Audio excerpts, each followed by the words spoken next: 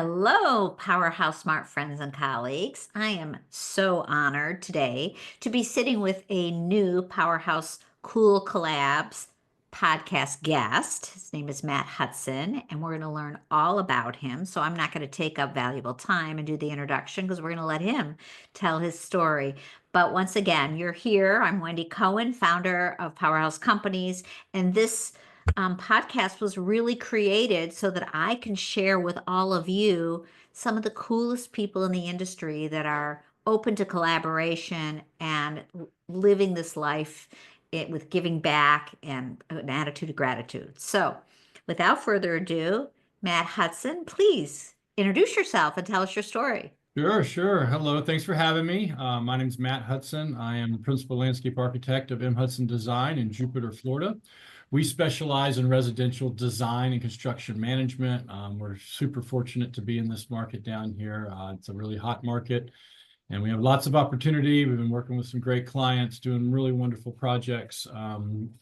This market is always changing because we're a secondary market. It's always second homes and people's vacation homes. A lot of people move here to retire. So there's always a lot of action and dynamics going on down here, a lot of change. So we're very fortunate. Been in the design build business since I was in college as a landscape architecture student, always gravitated towards the residential world. So I've stayed there, done a few commercial projects, but it's not really my thing. Yeah, I mean, early in my career, I loved building things. So I was more of the contractor than the designer.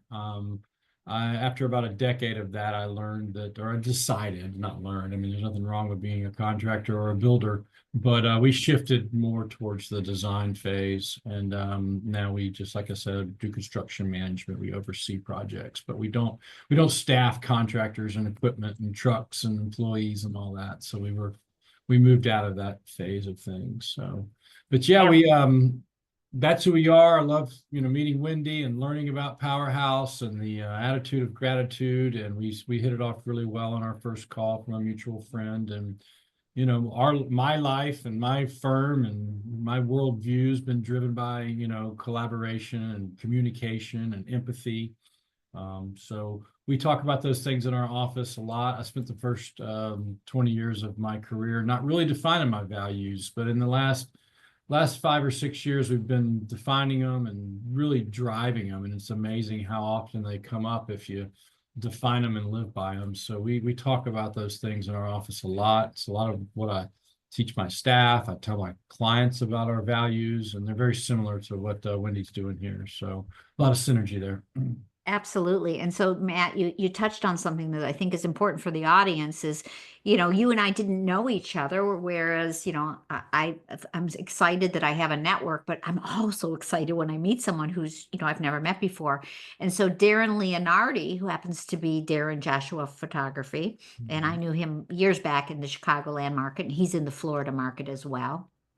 And he said to me, Wendy, there's this landscape architect that's just doing some amazing work, some beautiful, beautiful work. And I know he has a great eye. So as soon as he suggested that I meet you, I checked out your website and I was, of course, in awe. And then I reached out to you through him with a virtual connection. And I've learned over the years that really to be open collaboration, when you get those virtual introductions, responding and treating everyone with the mutual respect is so critical. And you were right there. You were, and I really appreciate that. And I guess the lesson learned is we should follow your role model there.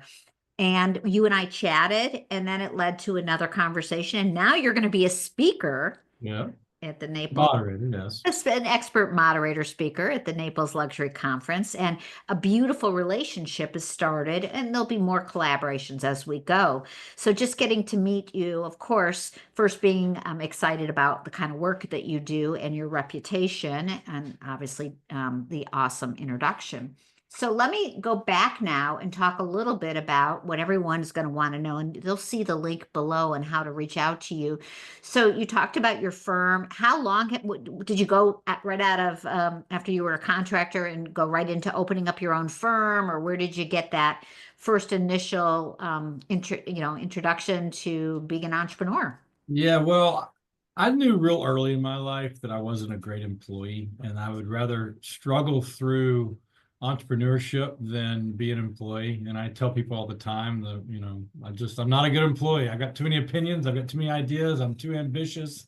And so really in college, I started a landscape company while I was in school. Wow. So I took my loan check 1 month, 1 quarter. We were in quarters back then, University of Georgia. And I think it was like $3,500 or something I got. And it was supposed to cover my rent and my food and everything. And I went and bought a lawnmower with it. And I had no money in my pocket, but I had a lawnmower. Oh, And wow. that's how I got started. I just started cutting grass and made my way through. And I had a paid lawnmower, and it was a nice lawnmower, and bought a trailer. And, so I was working in college and studying and was an entrepreneur. I really only had, since college, I've been an employee for one period, when I had a life event with a child that was sick and different things that happened. And after I came out of that, I didn't have the energy to be an entrepreneur anymore. So I went and worked for someone at a firm here in Jupiter for a few years. But that, soured as well. Not in a bad way, but, just I have the burning desire to be an entrepreneur my whole life. So it's where I'm happy. 60-hour weeks are what I know. The stress and all of that, that's just what I thrive on. So yeah, I've always been in my innate personality to be out there on the limb, if you will. Well, that's amazing. That's great. And then you took your entrepreneurship and kind of became a mentor because you have people, you have a team. So tell us a little bit about your team. Yeah, that was a big step. For many years, it was just kind of me and laborers, contracting, working, kind of built a little business. And then, like I said, life threw a curveball and had to start over in different directions. But now, as I'm turned 50 last year, and I've got some years behind me and some You're experience. young, Yeah, young. well, old enough to be able to slow down a little bit and take responsibility for, myself, my firm. I put a lot of energy in being an employee-focused business, and my staff is of 3 people here in the office. We have a staff of about 6 overseas. We have a completely remote drafting team that I built out over the last 5 years. But with all that said, we have pushing 10 people in our business, and I take great pride in, being a mentor and bringing people along and giving them an opportunity to move their career forward and learn from what I know. And, I do take pride in that. I do enjoy that. Yeah, that's wonderful. That's music to my ears.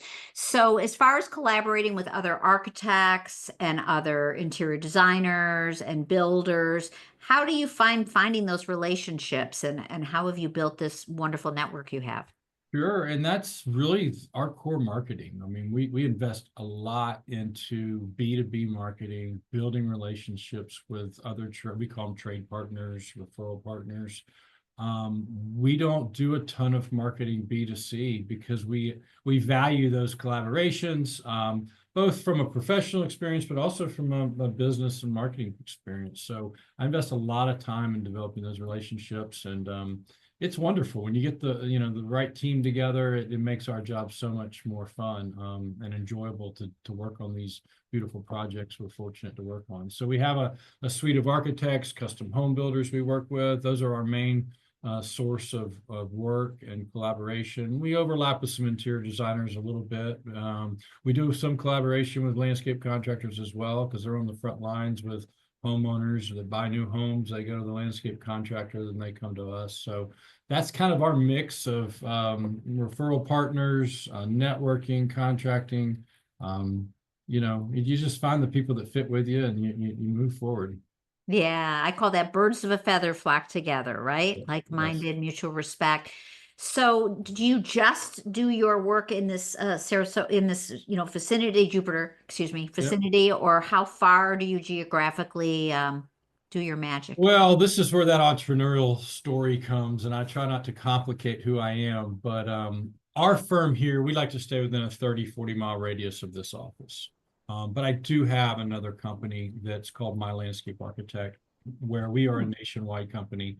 Um, it's a startup. We've been doing it for a couple of years, where we leveraged my overseas team Hmm. of drafting professionals and graphics and everything that I built there. I realized that was an asset that I had, and that other firms could use that. So we work directly with other landscape architects and landscape contractors, not in our market, outside of our market, and we offer design and drafting services for them. So it's a B2B. So I wear a couple hats. My main hat's the licensed landscape architect here, but we do offer, I do have another business where we pretty much work nationwide. We have clients in the Northeast, we have clients in Atlanta, we have clients in different parts of the country. So yeah, we're burning it at both ends here.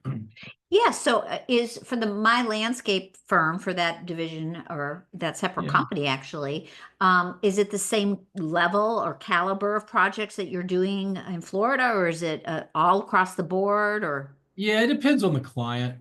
We like to bring our level of graphic standards and design process to the client and support them. Some landscape architects have their own workflow and their own process, and we are just a drafting service for them. Mhm. And we can help with design and support when they need it. Others come to us and want us to be, lead designer and work out the schematics and the details for them. So we just really respond to their needs. For landscape contractors, who are more focused on putting things in the ground and making the job go. The design is just a necessary evil sometimes, or it's a piece they have to have. So they lean on us a little harder to do the Sure. design, develop it. Sometimes we even present directly to clients for them. So we wear a lot of hats. It's all built on the fundamentals of our design process and our drafting team, and knowing that, we can help other firms increase their revenue without the staffing hassle. That's kind of our hidden benefit, if you will. Yeah, well, you're just like you're mentoring for other companies using again that entrepreneurial streak that you've beautifully honed. Sure, So sure. Yeah. that's really cool. That's awesome. And that's great because when for sure at the Naples Luxury Conference, but even as we get to know each other, I'm in the West Coast, I'm in the Midwest, so I'll be able to connect you to other people, and that's wonderful to now know that you have that available. And again, that'll be in the links below. So one of the aspects of this podcast, at least for me, as I'm on my spiritual journey, is waking up every morning and recognizing that you create your own reality, right? So how do you wake up every morning and feel like you're living with an attitude of gratitude? Yeah, I mean, I've referenced it earlier, and this one thing you and I connected on was, a life event, and we had a child that passed away at 4 months of age, and we went through a big life event for us. And it's not unique to me. I mean, everybody has their journey, but that thing that really shifted me. That experience, I went from waking up every day, trying to make my mark and feeling the pressure and the weight of the world, and it's always there, but to shifting to gratitude and learning that, we're going to be just fine and get through this. So why not, go through the day with a little bit of a smile and a bump in the step where you can, and not take things so serious all the time. Be outward focused towards other people. How can we help others? So that's truly what I get, impacting lives. I mean, that's what I enjoy. I mean, I love my business, and we're pushing hard to grow revenue and expand and hire, but it's really about the people. I always say I'm very fortunate in this B2C world where I live, where I'm designing, is just the collaboration with the clients and getting to know people and know their story. And you don't always get that on a B2C level. Things are more transactional. So that's one thing I've loved about our firm and doing residential design is you work with a client for 6 months, you kind of know a lot about them, and they learn about you, and you meet new people on this journey. And so we approach that with gratitude, each day, and try not to complain too much, and just be grateful for the opportunities that we have, and who we get to meet, and every day something new. So Well, you are a beautiful soul there, Matt. And, of course, my heart is with you as a shining light parent. For those of you who know what that means, that's anybody who's lost a child across the veil. And, the fact that you and your wife started a foundation, is that correct? Could you yeah. share a little bit about that? Sure. His name was Harrison, and when he was alive, we put our life on hold. We were living in Galveston, Texas at the time. We were on exile from South Florida because of what I call the Bernie Madoff,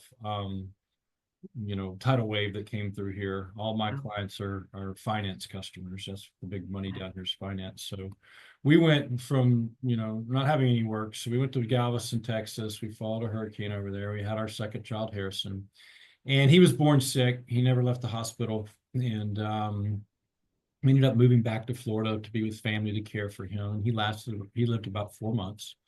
And when he passed away, we started our nonprofit called Hope from Harrison, and we provide resources, awareness, and hope for children with critical medical needs. So by design, it's a very it's specific but broad. We help basically sick children and their families, because we were the family. Obviously, we know what it's like to be the parent of a sick child and to be in that hospital room day in, day out, the loneliness, the darkness, the fear, the unknown. It's just a place that never shakes from your soul. I can go back to that place in a minute and know what it's like. So, and there's not services for that. There's not a code. My son didn't have a diagnosis, so that was the other thing we struggled with, is we didn't fit in a box in the hospital system.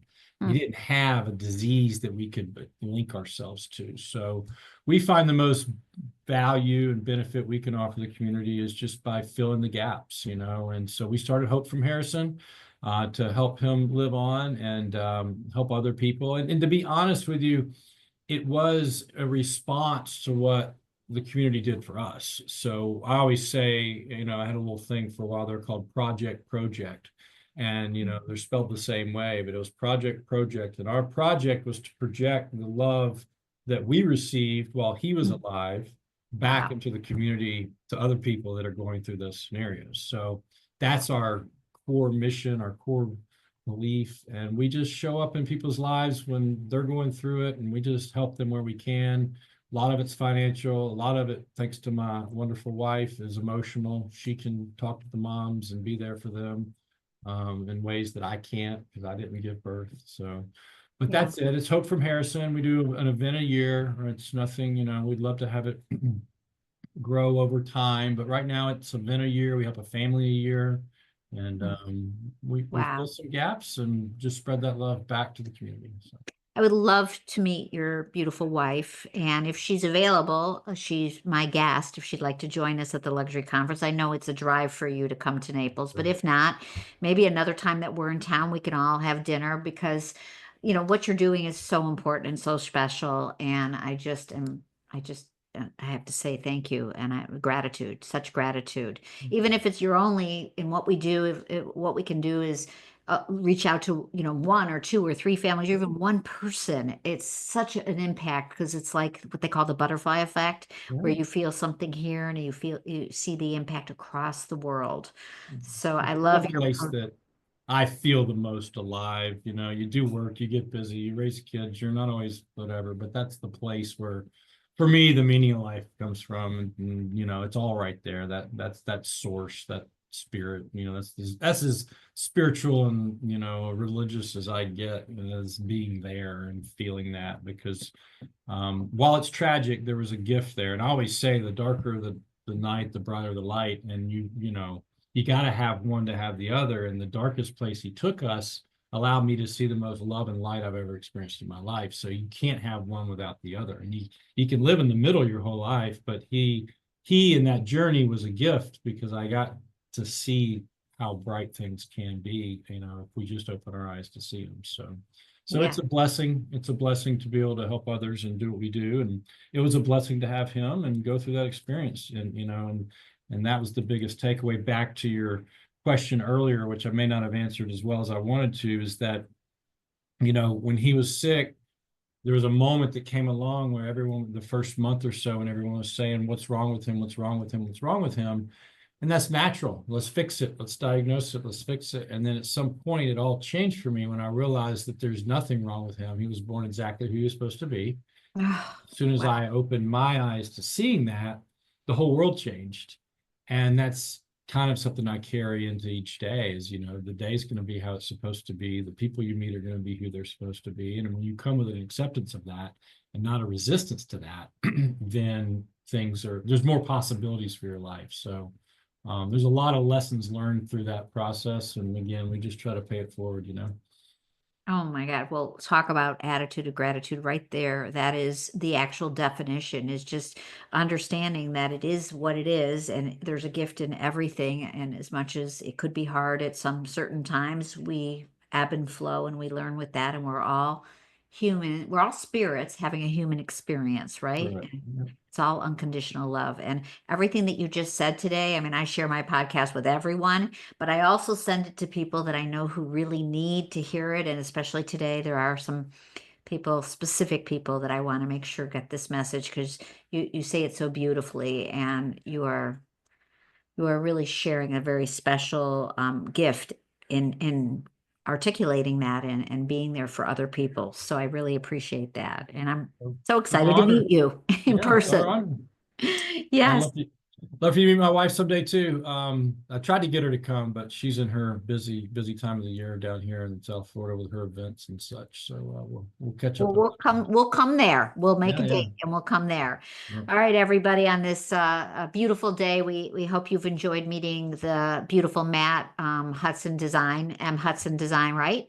Yep, M.Hudson Design. Yep. Okay. And Matt is also going to be at the Naples Luxury Conference on February 5th, and I'm going to be there with him. And then, of course, this lives on the internet. So you'll be able to hear this next year and all the years thereafter. And Matt, I look forward to giving you a big hug and thank you again for your time.